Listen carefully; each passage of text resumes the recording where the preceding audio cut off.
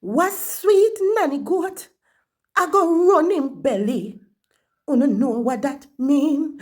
Comment below and tell me what that mean. Miss Mavis and her mango tree. Well, me people, pull up on a chair. Granny have something fi tell you. But remember, me nah call no name. Maybe just one or two. You hear about Miss Mavis and her mango tree? Me say the whole village still a talk about it, Them still a talk about it. You see Miss Mavis, the mango tree in her yard? It full of mango this season. The big juicy mango them. Sweet till it make you want cry. But guess what happened? Miss Mavis said nobody can touch her mango them. Not even one. She put up sign and everything. No trespassing. This mango tree belong to Miss Mavis. Anybody touch it, God I go deal with them. Me say the people them vex. Even the pitney them we used to climb the tree. Them ball when them see the sign. But you don't know Jamaicans.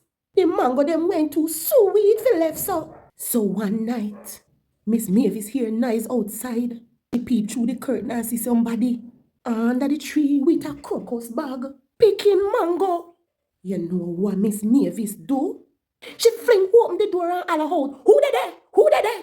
Me a call the police! Me a go call the police!" Hear this now. When she run out with her broom, it was our own cousin Pearl. Me say, Pearl drop the bag and say, Mavis, me just a take two for the picnic them.